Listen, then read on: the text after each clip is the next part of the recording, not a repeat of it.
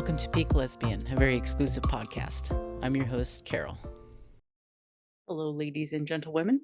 Welcome to episode 2. So today I'm going to be discussing how I came to accept myself as a lesbian.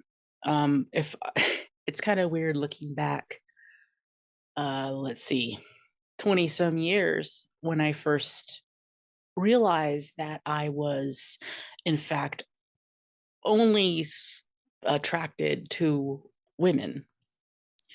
I spent many years trying to be straight, denying my same-sex attraction, denying that I was sexually attracted to women and only women. And it's kind of weird to be here now doing a lesbian podcast and making lesbian content and being very proud and very happy to be a lesbian and it being pretty much a non-issue. I spent most of my life with it being a huge issue, and now it's not an issue, and it's weird. It's mind-blowing, and I'm 44, and it's taken most of my life to accept myself. I finally came to accept myself as a lesbian about 5 years ago now. And this coincided with my decision to stop taking testosterone and to quote unquote detransition. I had previously lived as a trans man for 4 years. I had mastectomy. I took the testosterone. I did nothing else though. That was all I did. And I lived as stealth. I didn't tell anybody I was trans. I tried to pass as male any way I could, and it was quite an experience. I started my transition at 30, 33, 34. It's a different ballgame, I think, when you start transition later in life, because I had lived as a lesbian woman for years before that, although I never called myself lesbian. And this is what's kind of made me think about doing this podcast episode, kind of about using the word lesbian, calling yourself a lesbian when you are. It seems lately to me, in the last, I don't know, decade maybe, that some of the most active, fervent people to call themselves lesbians aren't actually lesbians. They're either women who are some kind of feminist separatist who use lesbian as a political way, like then we call them political lesbians. They're not really sexually attracted to women, but they supposedly they believe that they can make the choice to be lesbian, and they think that is the highest of the a feminist practice is to be lesbian, which is insulting, I think, and homophobic. Then you have those who are bisexual women who will call themselves lesbians. And that's not helping anybody. That's really, I find that very rude. I'm a firm believer that language matters. The language has to have meaning. And if language doesn't have meaning and doesn't have agreed upon terms, everything can really become chaotic really quickly. I'll use a really quick example. If I hold up an apple and I say, this is an apple, and the other person, the people around me agree, yes, that's an apple. Okay. But then someone comes along and says, oh, well, I don't feel like that's an apple. I feel like that's a grape. I call it a grape. Okay. So then how are we going to communicate about this fruit? If I was going to tell this woman, hey, could you go buy me an apple? And she goes, okay. And she ends up buying me grapes because she calls apples grapes and grapes apples. Like, you can see where this gets chaotic real fast. So language is very important, and it's important that all language means the same thing to everybody. And a lot of, especially in the LGBT community, there seems to be a movement happening over the last decade or so where people can identify as things they are not. They can say they feel like something, therefore they are that thing. And I have seen many, a woman and men, claim to be lesbians when they, in fact, are not lesbians. They are not same sex attracted exclusively, or they're men, and men can never be lesbians. So that's a complete non starter. When anybody can be a lesbian because they want to just say they're a lesbian or they feel like they are for whatever reason, the term lesbian no longer has any meaning. You cannot, if the word has no meaning, you cannot use the word to describe reality. And I believe language is based on us labeling things that exist in reality. We look at a thing and we say, we're going to call that a cup. Everybody calls it a cup and everybody knows what it is. If someone came along and said, I don't feel like that's a cup, I feel like that's a pickle. I'm going to call it a pickle. What would we all do? We'd be like, no, that's a cup. Just knock it off. Plain and simple. We would just tell them to knock it off. Yet, people can come along and a woman can come along and say that she is a gay man when she is not. A woman can come along and say she's bisexual when she can come along and say she's a lesbian when she's not. A man can come along and say that he feels like a woman when he's not, or he feels like a lesbian when he's not. I mean, I think this has made it a lot harder for those of us who are in fact lesbians, um, to have that word to identify ourselves. All of that to say, I should lay out specifically what I mean when I say lesbian, how I define that term. I define lesbian as a woman who is exclusively sexually and romantically attracted to women only. And I say sexually and romantically, which also annoys me. That's lately become split up like, oh, well, I romantically inclined, but not sexually, or I'm just sexually. It's like, I don't know what the hell kind of messed up shit's happening in people's heads, but seriously, sexual attraction comes first. You are sexually attracted to somebody, right? Then you become romantically inclined. And romance comes after some time of getting to know the person, I think. Sexual attraction also doesn't have to be like this immediate. I think there's a lot of misunderstanding about what sexual attraction is. It doesn't necessarily mean you want to jump their bones immediately. Like it just means you are attracted to them. You want to touch them, kiss them, and do more eventually. But it doesn't have to be this like, I don't know. I think everything's become real pornified, so people don't know what just like normal human interaction is anymore. But so that's how I define lesbian: a woman, born female. Okay, so we're talking about a woman here, or a female, I guess, because you got to include the teens, right? Because I knew I was same sex attracted as a teenager who was exclusively attracted to other females. Okay, so now that we got that out of the way, and this isn't anything I've really talked about before, so this is going to be a little weird. Um, when I came out, or when I basically in 1998, I was 18 years old. I had a close friend who was actually a woman, quite a little bit older than me, about 6 years older than me. She was married. She was 24 at the time. We were good friends. We rode horses together. She was a horse trainer, and I pretty much fell head over heels for her. And I think she picked up on it. I also think she was a little bit of creep, to be honest. She kind of used the situation because I think she felt flattered by how much I liked her. Anyways, we started a relationship. Um, Occasionally, making out or kissing. We never actually had sex, but we came real close. And I eventually, well, this is going down. I ended up leaving my mother's home and renting a room from her and her husband, which made it even more awkward. Um, and oh God, I was trying to deny that I was same sex attracted in any way. I grew up in a very homophobic and religious household, and evangelical, born again evangelical, and homosexuality was a sin. It was just so wrong. Couldn't do it.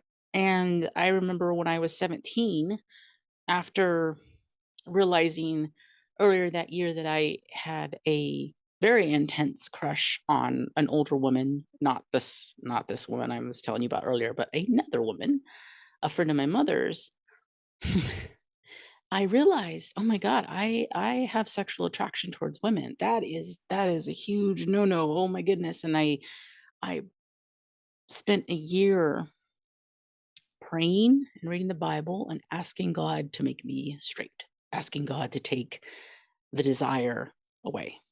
That never happened. And I guess the good thing to kind of come out of that was I ended up reading the Bible cover to cover for the first time in my life, alone, just by myself, with nobody telling me what this meant or that meant. And I walked away from it being an atheist, pretty much. I would call myself more agnostic now than anything else, but I walked away from it kind of losing my religion, because the things in the Bible, first of all, they were contradictory. And second, I felt like the God of the Bible is very flawed, very human, and very petty. And don't believe that a true entity that could create the universe and knows everyone's inner thoughts and feelings would behave that way, because he or she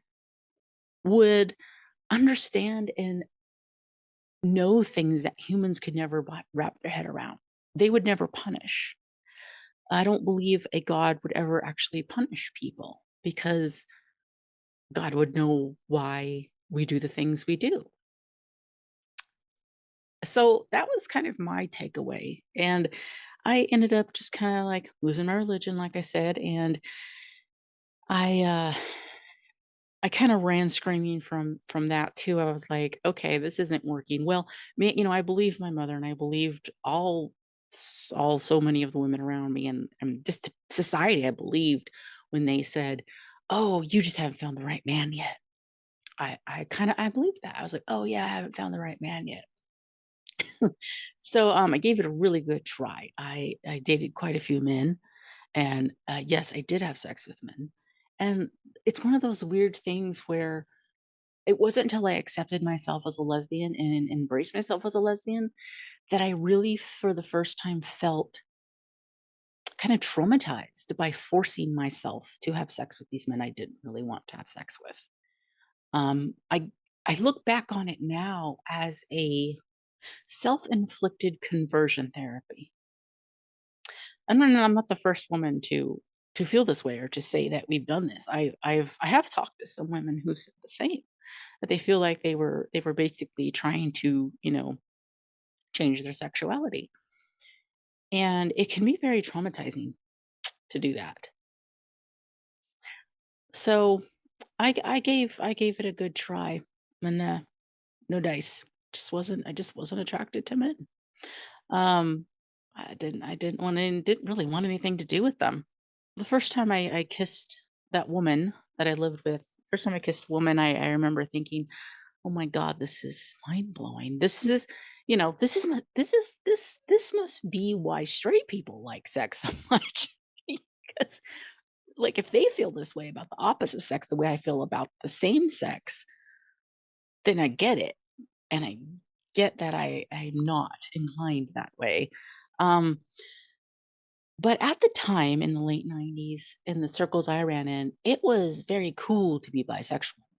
Um, and so I came out as bi, which was not uncommon. A lot of gay people come out as bi first.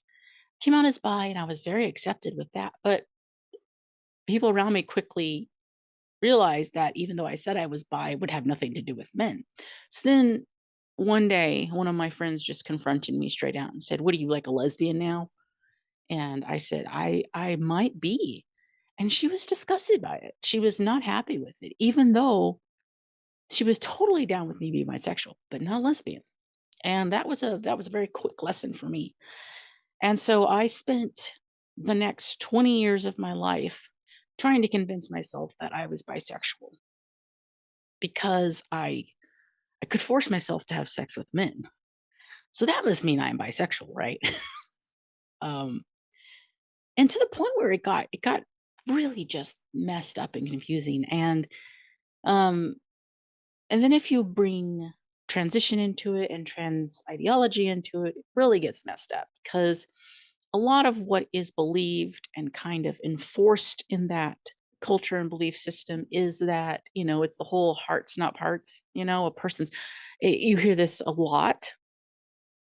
It doesn't matter what's in somebody's pants.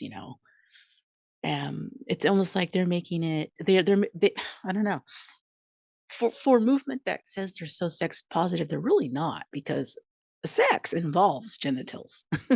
And when you get called a genital fetish because you like women only, and it's basically it's seen in the trans community, generally speaking, the best if you are pansexual, which means, I guess, bisexual. It's bisexual with extra steps. When you are open to having sex with anybody, regardless of their biological sex, regardless of their identity, regardless of what hormones or surgeries they've taken, if you're willing to have sex with anybody, then you're golden.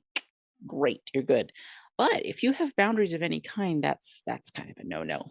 I spent years telling myself, even though I knew it wasn't the case deep down, telling myself that um well, not really telling myself, kind of going back and forth a little bit, oh, I'm bisexual. Yeah, it's just made it easier for me in my head. And I could never embrace being a lesbian. Even when I came out, came out in my 20s, I came out as gay. I used gay, and we generally used gay back then too. Lesbian wasn't really used with my generation too much, for at least the circles I ran in. I think it was seen as old fashioned. I hear some women, I hear quite a few young women now say that they don't like using it because it's so pornified. And I get that. But in when I came out in around 20 years old in 2000, I didn't get the sense of the porn aspect. I got the sense that lesbian was just kind of old fashioned. And also, lesbian was too on the nose. Lesbian was very direct. And believe it or not, I don't care how progressive you think a society gets, lesbian's still not that too accepted. And so we used gay women. And so I came out as gay. And that's what pretty much all the women used that I was around. A few used lesbian here and there, but for the most part, it was interchangeable with mostly using gay. So that's what I used. And gay was easy to say. Lesbian was not. I could not say the word. I could not say the word. That would be called internalized homophobia. I know that now. And I will probably do a separate episode on internalized homophobia because there's a lot to say about that. And I had a lot of it. So here I am. Even though I was married to a woman for years, I was still having this idea of myself that I was bisexual because that made it easier. Even though the last time I had sex with a man, I think I just turned 20 years old. And that was the last time. I've never had sex with a man since.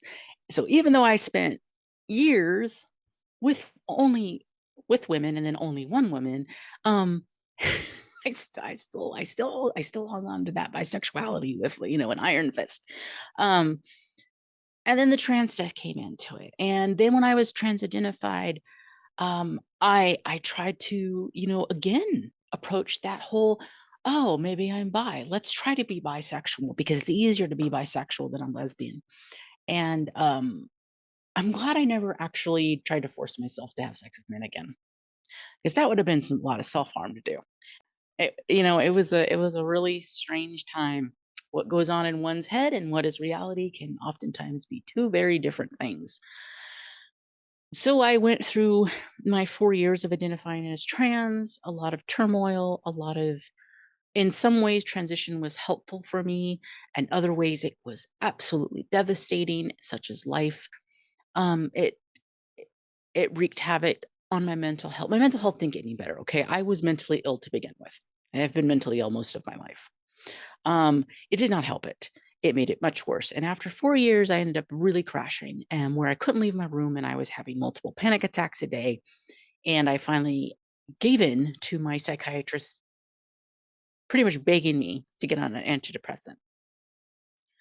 I had nothing else to lose. I thought it's there's nowhere to go but up. And so I got on an antidepressant. It was very rough going, but As soon as that antidepressant kicked in, it was like night and day, and I felt like my brain calmed down quite a bit. I feel like I could make sense of things, and I suddenly realized that I didn't need to stay transition anymore, and I ended up about a year later because, that takes some time, to transition. However, those 4 years taught me a lot about why I did what I did.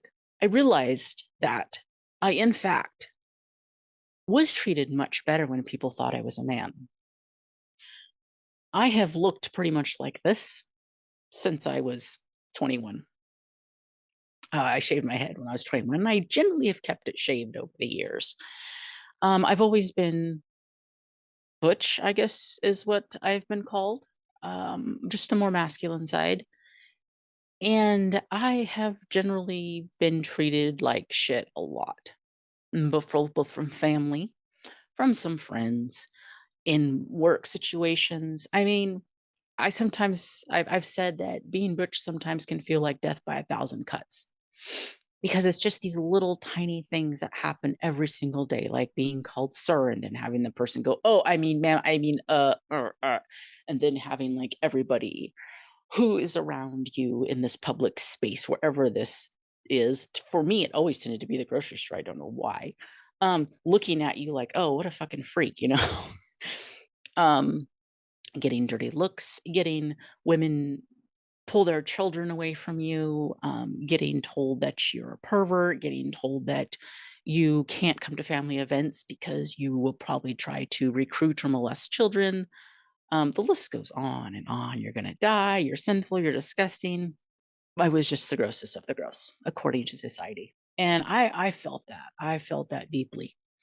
And yeah, I did. I had a lovely wife who loved me, but no amount of her love and support could change the way I felt about myself. And that's very important, I think, for women, for lesbians to understand. I think it's important, especially for the women who are in love with, married to, or with other women, particularly butch women who struggle with self image and body image and struggle with what is categorized as gender dysphoria now, but it is just internalized homophobia, internalized misogyny, and just self hate. Women who struggle with it and body issues and they, it no amount of loving them, no amount of telling them they're beautiful, no amount of support, I think will really change it. They have to change it for themselves. They have to step up to the plate and realize there's a problem and it needs to be changed. And some women never get there, and some women do, and it's awesome when we do. And this is a reason why I make content. It's because I hope other women will come here to this, come on this journey too, and come to a place of acceptance. While I was trans identified, I got treated a lot better when people thought I was a man. I got smiles from everybody. Everybody took me at my word. I didn't have to, I never got told to smile. I never got told to be nice.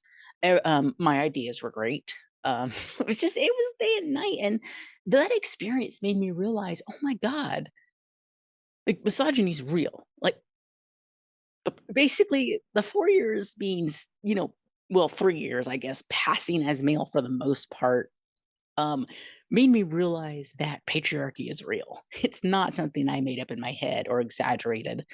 It's real and it really impacts us. I also had these experiences a lot where I would come across other lesbians and I really wanted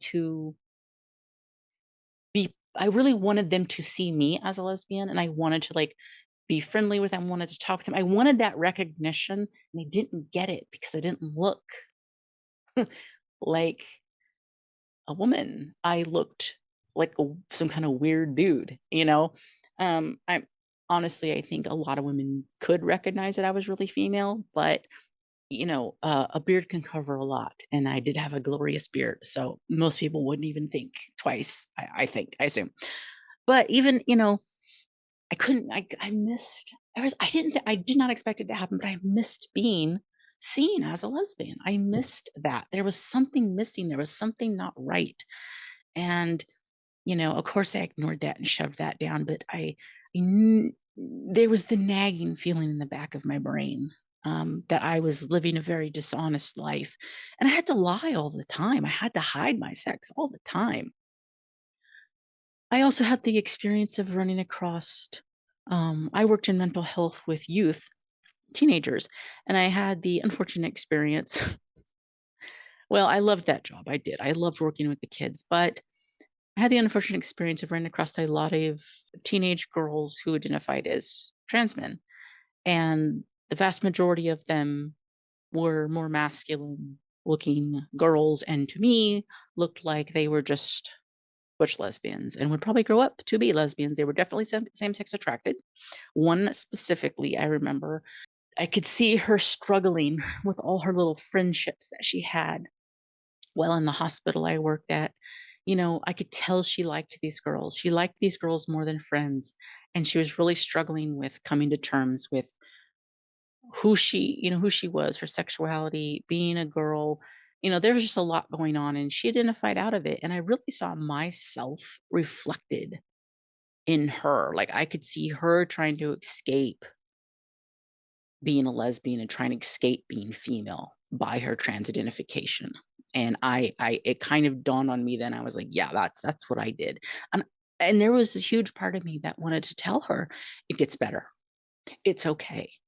We've all been here. We've all had these struggles. All of us have been these awkward teenagers who have crushes on all the girls, and all the girls are straight, and all the boys, they can just ask these girls out, and the girls are falling over the boys, and the girls might use you sometimes, but they don't like you, they won't love you, and it's just such a hard place to be in. I wanted to tell her, this does get better. Um you will find women like yourself. You will find love. You will get to have sex with other women. You will get to have these experiences. But I couldn't tell her that. I couldn't, I mean, I would never just tell her that anyways, but I mean, I couldn't get across that. I couldn't, I was invisible to her. I was an invisible lesbian. That's what transition took away. It took away being visible, and being visible matters. We know that lesbian representation matters. We know that minority representation matters. I remember when I was young, seeing lesbians, although they frightened me, also made me feel comforted. Um, when I came out and found a community full of lesbian women, it was a good time. It was exciting. I felt like I was home to a certain extent. I felt like I could find love. I could find acceptance. But you have to be visibly there. You have to be there in order for people to see you. And that's something I did not think about until that moment with that girl. She was not seeing me. I was not seen. I was hiding. I didn't want to hide anymore, and so I didn't. Now I use the word, the term lesbian. I say it all the time. That is exclusively what I call myself. When I detransition, I forced myself to use the word lesbian. I forced myself to say I'm a lesbian, and it was hard. I tell you, it was like touching a hot stove. Put your hand up to the eyes. Oh, I don't want to, but you're going to.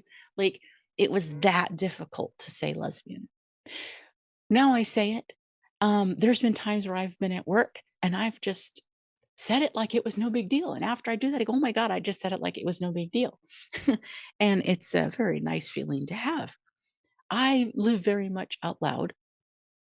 Um, I walk around wearing what I feel like wearing, having my hair cut the way I feel like having my hair cut, being very content, at times happy, and feeling a sense of unity and calmness within myself as a woman, as a butch woman, and as a lesbian. And I've come away from this experience realizing that calling yourself a lesbian matters, because that that word means something. It's claiming something. It's staking out territory. It's setting boundaries. It's telling everybody else I am a homosexual woman. I am only going to be with women. This tells men I'm not interested. This tells men you don't belong here. Okay. This tells other women also where you stand. This tells society where those boundaries are. This tells other women who are like you that you are here too. Language ties us together. Language is incredibly important. Being out as a lesbian matters. We've known it's mattered for years. Many years ago, when we were still really fighting to be seen and to have homosexuality just become a non-issue in our society and not become punishable anymore. It was very much encouraged in the gay and lesbian communities for it was encouraged for people to come out, meaning to not hide the fact that they are in same-sex relationships at their work, with their families. And the reason we were encouraged to do that, the reason our own groups wanted us to do that was because we knew the more that a person saw and interacted with a homosexual and found out that they were just normal people doing normal people things and we weren't scary and we weren't out like causing all kinds of trouble and trying to, up in the world, whatever people had their ideas, the better we would be accepted in society. We also knew that the more we came out, the more we could find each other, and community matters so much. I have seen so many young lesbians just be completely lost because there is really not a whole lot of community anymore.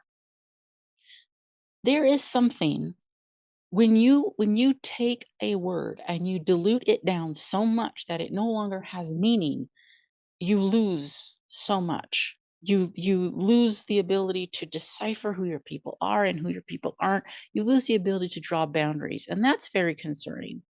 So when the term LGBT people is used, that's not helpful. What is an LGBT person? Exactly. Because LGBT, well, if you add the Q in, if LGBTQ, um, they all mean something different. L is for lesbian, G is for gay, B is for bi, T, trans, Q used to mean questioning. Now it means queer, which that's a whole nother subject. I personally don't like queer because it has pretty much always been used as a negative. It is a negative word. I know there was a time that it was reclaimed to a certain extent. Some homosexuals reclaimed it, some didn't. I think if you're a homosexual person and you want to reclaim that word queer, go for it. But I don't like the idea of people who are not homosexual calling themselves queer because that's not your word to reclaim. Just like I, as a white woman, can't go reclaim something that a Mexican woman or a Black woman or whatever has reclaimed. Okay. Um, so you can't reclaim it unless you are, in fact, homosexual. The other part about the queer is that, again, queer is encompassing just a whole bunch of people. So you lose who is who and who is who matters. And unfortunately, no, we can't all just be one conglomerate of a person or one conglomerate of a community. It's just not the way it works.